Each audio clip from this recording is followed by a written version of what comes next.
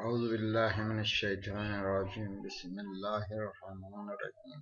الحمد لله رب العالمين الصلاة والسلام على أشرف الأنبياء والمرسلين بالخاص محمد اللهم صل على محمد وآل محمد وآل بيت الطيبين الطاهرين المعصومين المظلومين ولعنة الله على قوم الظالمين.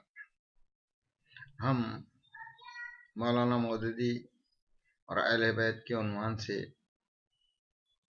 ان کی کتاب خلافت و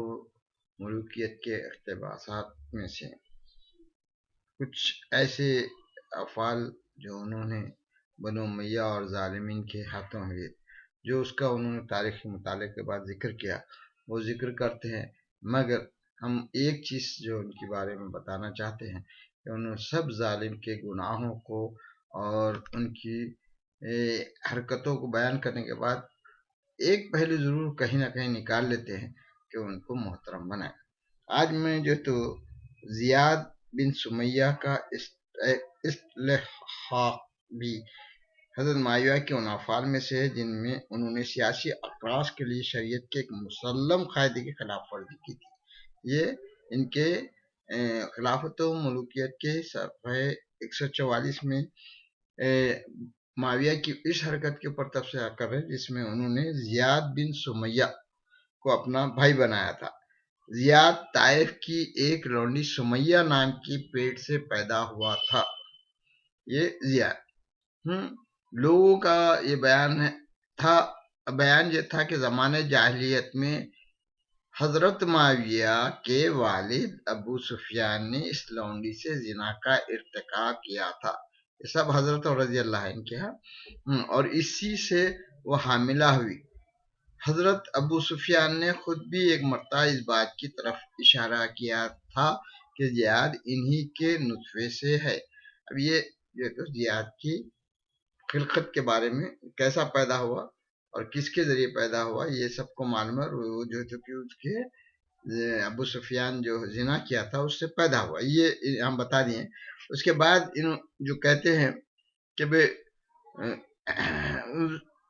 حضرت علی کے زمانے خلافت میں وہ جو تو حضرت علی کا حامی بنا ہوا تھا، تو اس کا ذکر کرنے کے بعد کہتے ہیں کہ ان کے بعد حضرت معاویہ نے اس کو اپنا حامی و مددگار بنانے کے لیے اپنے والد ماجد کی زناکاری پر شہادتیں لی. یعنی اسلام سے پہلے جو گناہ کیا تھا اس نے، اس گناہوں کے لیے ایک تو اللہ تعالیٰ ستار العیوب ہے، یہ تو اس کا جو تو پردہ فاش کرنے کے لیے شہادتیں لی اور اس کا ثبوت بہم پہنچایا کہ زیاد انہی کا ولد الحرام ہے. پھر اسی بنیاد پر اسے اپنا بھائی اور اپنے خاندان کا فرد قرار دیا. یہ فعل اخلاقی حیثیت سے جیسا کچھ مکروہ ہے وہ تو ظاہری ہے، مگر قانونی حیثیت سے بھی یہ ایک صریح ناجائز فعل تھا، کیونکہ شریعت میں کوئی نسب زنا سے ثابت نہیں ہوتا. نبی صلی اللہ علیہ وآلہ وسلم کا صاف حکم موجود ہے کہ بچہ اس کا ہے جس کے بستر پر وہ پیدا ہوا، اور زانی کے لیے کنکر پتھر ہے.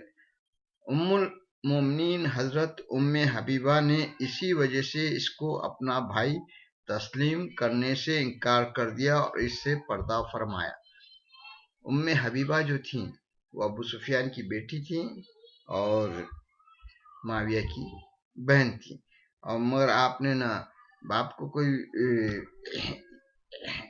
کافر تھا جب اپنے چادر پہ بھی بیٹھنے نہیں دیا تھا، اور یہ جو انہیں نیا رشتہ بنایا تھا معاویہ نے اس رشتے کو بھی انہوں نے تسلیم نہیں کیا اور اس سے پردہ داری کی. یہ جو ہے تو زیاد کے بارے میں، زیاد یعنی ولد الحرام کے بارے میں اس طریقے سے اس کی تعارف کرائے. مگر ایک جملہ جو میں درمیان میں لکھے ہیں وہ میں بیان کر کے کیسا انہوں نے ان لوگوں کا احترام بڑھانے کی کوشش کی یہ میں بتانا چاہ رہا ہوں. کہ آپ لکھتے ہیں کہ بھائی زیاد جوان ہو کر، یہ زیاد جو جوان ہو کر یہ شخص اعلیٰ درجے کا مدبر، نمبر 1 بات بتا رہے ہو، مدبر، منتظم، فوجی لیڈر اور غیر معمولی قابلیتوں کا مالک ثابت ہوا۔ یہ چیز جو یہ جملہ انہوں نے درمیان میں ڈالے ہیں، مدبر کسے کہتے ہیں، ہاں، اور منتظم کسی کہتے ہیں، فوجی لیڈر کی اور غیر معمولی قابلیت ہو، یہ سب چیزیں کیا ہے معلوم؟ ایاروں میں جو آتی باتیں انہوں نے ایک ہی شخص ایک ہی جملے سے اس بات کو بتا دیتے کہ وہ ایک ایار قسم کا انسان، مگر انہوں نے اس کے ساتھ اعلیٰ درجے کا مدبر، تدبر والے انسان کو مدبر بولتے ہیں، جو بالکل بہترین تدبیر کرے۔ اب اس کو اتنے ولد الحرام کو، جس کی بہت سی اب جو ہے تو بعد میں ایک ایک کر کے ہم خامیاں بتائیں گے کہ انہیں کیا کیا ظلم کیا، اور اسی کا بیٹا عبید اللہ بن زیاد جو تو کوفے کا گورنر بن کے امام حسین علیہ السلام کی شہادت کا باعث بنا، اسی کی اولاد تھی، اور اس کے بارے میں انہوں نے مدبر، ہاں، منتظم، فوجی لیڈر اور غیر معمولی قابلیتوں کا مالک ثابت ہوا، یہ جملہ بول کر پھر اس کے بعد اس کے پہلے ایک امپریشن انہوں کریٹ کر دیتے ہیں ہر ظالم کے بارے میں، اور اس ظالم کے بارے میں بھی انہوں نے ایسا امپریشن کریٹ کیا کہ وہ ایک بہت ہی یعنی اعلیٰ درجے کا مدبر، ایک شیطانی صفت کے کارنامے کرنے والا اعلیٰ درجے کا مدبر ان کے پاس۔ اس کے بعد وہ جو تو ایک منتظم، بہترین منتظم، ایاریوں سے جو تو کام چلانے والا، مکر سے کام چلانا، بہترین منتظم، اس کے بعد غیر معمولی، اب کون سی اور دوسری قابلیتیں ان کو نظر آئی کہ وہ ایک غیر معمولی قابلیتوں کا حامل، یہ جو ہے انہوں نے اس کے ساتھ جو ہے تو یہ جوڑ کر پھر اس کے بعد اس کی جو ہے تو اس کے ساتھ یعنی ام حبیبہ نے تک اس سے جو تو پردہ کی، اور یہ کتنی غیر اخلاقی، غیر انسانی اور غیر اسلامی حرکت تھی یہ بھی لکھی، یعنی ایک طرف اس کی برائی، ہمیشہ انہوں نے توازن بنا دیتے ہیں، جو برا ہوتا ہے اس کی برائی کے بعد سے پہلے اس کی کچھ یعنی تعریفی جملے پہلے لکھ دیتے ہیں، پھر اس کے بعد جو ہے تو اس کی برائی ہے، تو ذہن پہلے ہی جو ہے تو متاثر ہو جاتا ہے کہ بھئی ارے واقعی یہ جب وہ ایک مدبر ہے، یہ ہے، ہوگا کیسا ہے، مگر اس میں تو یہ صلاحیت ہے، غیر معمولی صلاحیتوں کا، لوگوں کو قتل کرنا، لوگوں کو مار ڈالنا، یہ کرنا، پورے بدترین قسم کے جو تو ظلم کرنا، اور کوفے کے زمانے میں جن جن کو پہچانتا تھا انہیں حضرت علی کے اس میں ساتھ وہ تھا، حکومت میں بھی ساتھ دیتا تھا، تو اس کو معلوم تھا کہ حضرت علی کے حامی کتنے کون کون ہیں، ان سب کو قتل کرنے کا باعث بننے والا آپ کے لیے ایک مدبر، ایک منتظم، غیر معمولی قابل ہے، اس کا ظلم اگر غیر معمولی قابلیت ہے، تو یہ ہمارے جناب جو ہے مودودی صاحب کا کس طرح ظلم پرستانہ روش ہے، یہ ظلم تاریخ کے ظلم کو تو لکھ دیتے ہیں، اور فیصلے جو ہے تو کیا کرتے ہیں، احترام اور اس کے ساتھ کرتے ہیں۔ اس سے پہلے بھی میں جو حجاج ابن یوسف کا ذکر کیا، حجاج ابن یوسف کے ساتھ انہوں نے کیسا بتایا کہ بھئی اس نے 2 نیکیاں ایسی کی، اب اسی طریقے سے اس کے جو ہے تو پرسنل تعریف انہوں نے کر کے یہ بتا دیا کہ کتنے وہ ظلم پرست ہے، اور تاریخ میں کہ وہ ظالموں وغیرہ کے ساتھ ایسی صفتیں جوڑ دیتے ہیں خود بخود پڑھنے والے کے ذہن میں ایک احترام پیدا ہو جائے، جو پورا کا پورا انسانیت کا حامل ہے وہ شاید کرے، مگر جو ایک معمولی ذہن رکھنے والے ایک دم جو ہے مادی باتوں پر بہت جلدی، اور ایسے جب انہوں تعریف کریں گے تو لوگ جو ہے